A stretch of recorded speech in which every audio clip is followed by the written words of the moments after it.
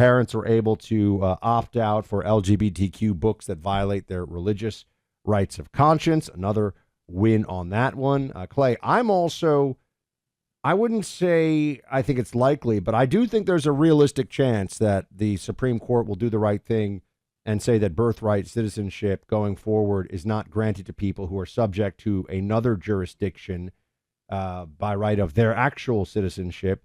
So we won't have this game of people coming here for birth tourism or people running across the border and then having a baby as quickly as they can while they're waiting for their false asylum claim. So then they get to stay here because then they have a child as a U.S. citizen.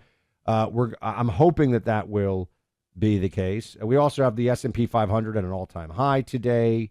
What am I missing? What other wins am I missing? Look, there's another case that's not getting a great deal of attention, but I do think it's also important as it goes to parental rights. But states are able to restrict people under the age of 18 from accessing pornographic material on the internet, which I think is something that most parents would say is something that should be done. Now, doesn't mean that your kids might not be smart enough to get to things on the internet that you don't want them to see. Just like back in the day, kids may have been smart enough to get onto cable or satellite and be able to see movies that you didn't want them to see. But it shouldn't be standard that everyone is just exposed immediately to pornography in a way that never would have happened pre-internet. And so I think that's a really smart, rational take. And I think taken collectively, there are two stories that I would say come out of this year's term that are going to matter going forward. One is the president has a lot of authority, and that's going to apply for Republican, Democrat, Independent, Whigs, socialist, libertarian, whatever political parties are in control going forward. The president's going to have a lot of authority. Second one is parents have a lot of authority too. And I think who has the authority, who is the binder, who is the decision maker is one of the most important questions that any court ever has to decide. Who has sort of the buck stopping with them?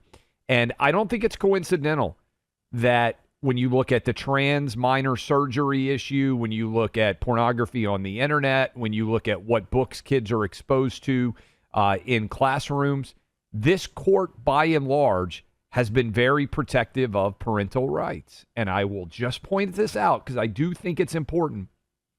The two least protective of parental rights in America, judges, are two women who never had kids. Now, again, maybe that is just coincidental, and Sotomayor and Kagan, neither of whom ever had a child, maybe they just happen to believe that parents shouldn't have that much authority over their children's education and health. I don't think it's coincidental, though. I think if you raise kids, which is why I think Ketanji Brown Jackson is uniquely alone on an island here as parents, I think, after this decision came down, Buck, I said, one of my kids thought he was a Jedi. When he was a little kid. He dressed up like a Jedi. Would be really cool if he had been a Jedi, had those powers. But we didn't actually think he was a Jedi. We let him dress up because he's a kid, and we figured that he was going to grow out of it, and he wasn't going to always want to put an Anakin fake scar on his face, and he wasn't always going to want to have a long Jedi braid. At some point in time, he was going to grow out of it. Most kids grow out of the idea that they're the wrong gender. And I think parents get that uniquely because you've had kids tell you they're dinosaurs or they have imaginary friends or they are something that is not true, and you have to work through it with them. And then you have two non-parents that basically think the state should be able to make the decisions about your kids, or the kids should have the right to make kid choices. And I think that a lot of parents are rejecting that idea. So those are the stories that I think are most significant here, are that really who makes the decision, and the president and parents have been emboldened and empowered. And Trump's certainly feeling his stuff. Also, on the aftermath of the strikes on Iran, they, I think, have quieted down some of the efforts to convince the public that these weren't super successful and very sophisticated strikes. I do believe that has begun to, be pushed back on effectively by Pete Hegseth, the Secretary of Defense, and others. So when you rack all this up, Clay, like I was saying, got great Supreme Court decisions coming down today. Economy is, look, S&P is at an all-time high. Your 401ks are rocking. Inflation is tamed. They should lower rates. We'll get to that in a second. But prices of stuff going down. Tariffs in effect. Trump's winning these tariff negotiations. Revenue is coming in. Border. Oh, gee, how is the border? This is cut 23. Trump talking about the border in the last 24 hours, talking about how it was last month. Play 23. We've done so well on the border. Last month we had 0 people that crossed the border. 0. So Christie and Tom Homan and some of the people, what a job you've done. But people forget about that. They don't care. The border's been fixed. I wanted to talk about the border 2 days ago at a big group. Sir, they don't want to hear about the border. Why? It's fixed. It's the second time it happened to me. In 2016, I won on the border. I fixed it in about 3 months. It was beautiful. And they wouldn't let me talk about the border. Sir, nobody wants to hear about the border. But we're going to talk about it anyway. Right, Tom Homan? We're talking about it anyway. There's one thing, Clay, we talked to the president about when we were in D.C. At his request to come by and hang out for a bit. Said, Mr. President, the one challenge we have now is you fix the border so fast that expectations are so high on other things that it can get a little unrealistic that you're going to solve all the problems super fast and effectively solve them to the point where they're not problems at all anymore, which is true of the southern border, not true of immigration enforcement yet in the interior. But it's a huge win. Another one to add on. So you got the Iran strikes, you got the border, you got the economy, you got the Supreme Court. Good things happening, Clay. Good things are happening.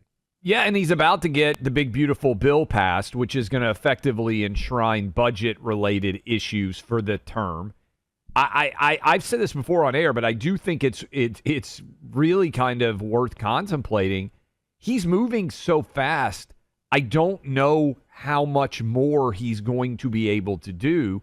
And I don't mean that in a negative way. I just mean he's addressing the things that he ran on so rapidly.